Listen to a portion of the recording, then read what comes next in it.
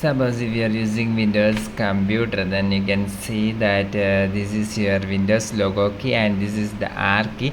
And suppose if you press these two keys at the same time, it means one of your finger is in this Windows logo key and another is in this R key. So you must press these two keys at the same time.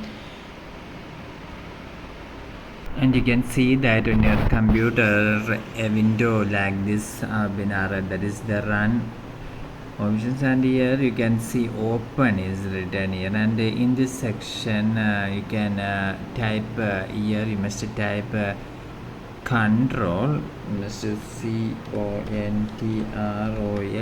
so you must type control, select this control, and after that you must press this OK button.